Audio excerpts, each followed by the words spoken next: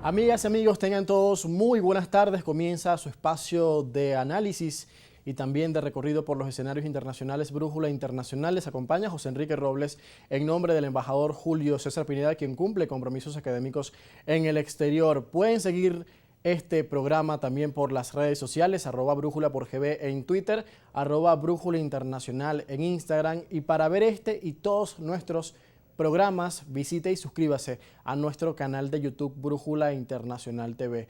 Como desde principios de semana hemos seguido lo que ocurre en el marco de las tensiones entre China y Taiwán, sobre todo por la reciente visita de la presidenta taiwanesa Tsai Ing-wen al territorio de Centroamérica y luego a Norteamérica en el caso de Estados Unidos, en su reunión con el presidente de la Cámara de Representantes, el republicano Kevin McCarthy, una reunión o un encuentro que ha enfurecido nuevamente a China, que reafirma su posición respecto a esta isla que ha sido o ha quedado parcialmente separada de Beijing desde 1949 tras el fin de la guerra civil donde los comunistas vencieron. Vamos a ver hoy en Brújula Internacional el editorial que nos presenta el embajador Julio César Pineda en torno a esto, sobre todo porque genera no solamente tensiones por la posición que reclama China respecto a la isla de Taiwán, sino también por su relación directa entre Beijing y Washington, porque hay diferencias existentes y Taiwán para Beijing es una línea roja que Estados Unidos y el gobierno del presidente Joe Biden no deben cruzar. La prensa europea menciona con preocupación la difícil situación entre Pekín y Taiwán, con las maniobras militares chinas después de la visita del líder de Taipei a Estados Unidos.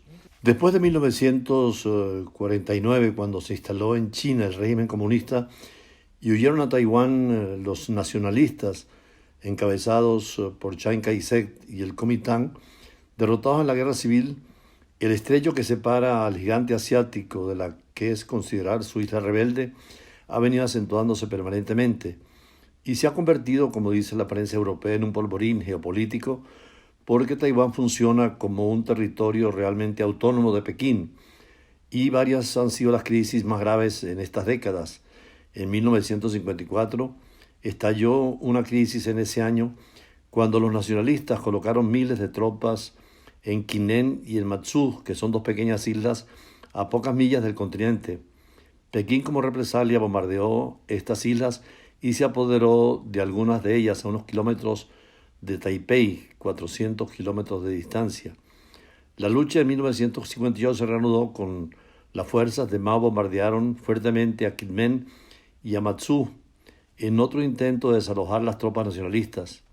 En esa época, el presidente de los Estados Unidos, Dwight Eisenhower, ordenó a su ejército escoltar a los refuerzos taiwaneses y restablecer a sus aliados con Washington. Además anunció que estaba dispuesto a utilizar armas nucleares si los chinos tomaban esa isla.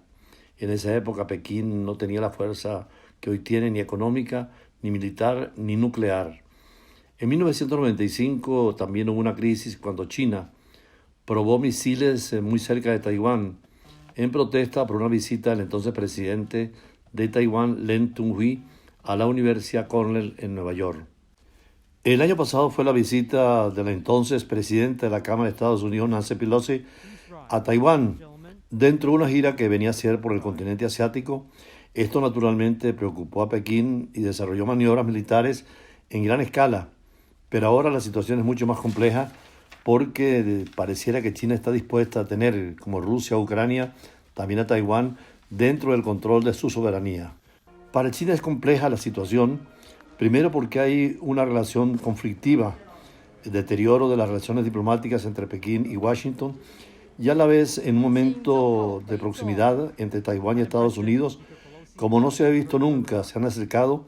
Además, la República de China en estos momentos también negocia con los europeos después de la visita de Macron de Francia y la presencia de la Unión Europea.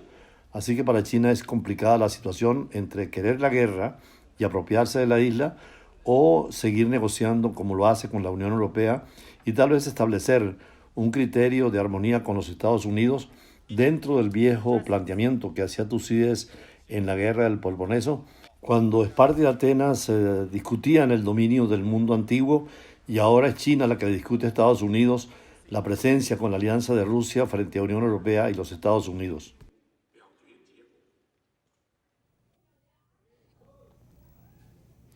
Este era el análisis que nos presentó el embajador Julio César Pineda en su editorial del día de hoy, dedicado a las tensiones entre China y Taiwán, y también hace ese paréntesis en lo que representa en este momento la relación entre Estados Unidos y China, lo que es para el mundo muy importante y sobre todo que se eviten mayores diferencias porque son las principales potencias mundiales. Y en este momento Estados Unidos también mantiene contactos con otros aliados del continente asiático y busca posicionarse nuevamente como líder. Ya ha prometido defender a Filipinas en el disputado mar de China Meridional mientras tienen lugar los ejercicios militares conjuntos más grandes de su historia en busca de contrarrestar la creciente influencia de China en la región. Estados Unidos prometió el martes defender a Filipinas en el disputado mar de China Meridional, mientras tienen lugar los ejercicios militares conjuntos más grandes de su historia, en busca de contrarrestar la creciente influencia de China en la región. Casi 18,000 soldados participarán en estos ejercicios anuales, bautizados como Balikatan, que significa hombro con hombro en filipino, que por primera vez incluirán una maniobra con fuego real en el mar de China Meridional, reivindicado casi en su totalidad por Pekín. Este despliegue ocurre apenas un día después de que China concluyera 3 jornadas de maniobras militares alrededor de Taiwán, que considera como parte de su territorio, en protesta por una visita a Estados Unidos de la presidenta taiwanesa Tsai Ing-wen. Las maniobras chinas concluyeron oficialmente el lunes, pero Taiwán volvió a detectar el martes varios barcos de guerra y aeronaves chinos cerca de su territorio. En unos inusuales diálogos conjuntos en Washington con sus contrapartes filipinas, los secretarios de Estado Antony Blinken y de Defensa Lloyd Austin hablaron sobre un trato alcanzado la semana pasada para que las fuerzas estadounidenses usen otras 4 bases militares filipinas, entre ellas una base naval no lejos de Taiwán. Nuestra alianza de seguridad es una fuente duradera de fortaleza para nuestras naciones. Hoy nos enfocamos en las formas de continuar nuestra estrecha asociación en virtud del Acuerdo de Cooperación de Defensa mejorada, para que nuestras fuerzas puedan trabajar juntas aún más estrechamente, incluso para brindar asistencia humanitaria y responder a los desastres. El secretario Austin y yo también reafirmamos el compromiso inquebrantable de Estados Unidos de apoyar a Filipinas contra cualquier intimidación o coerción, incluso en el mar de China Meridional, y de preservar una región que se rija por el derecho internacional, donde los bienes, las ideas y las personas puedan circular libremente. El Tratado de Defensa Mutuo fue firmado en 1951, luego de que Filipinas se independizó de Washington.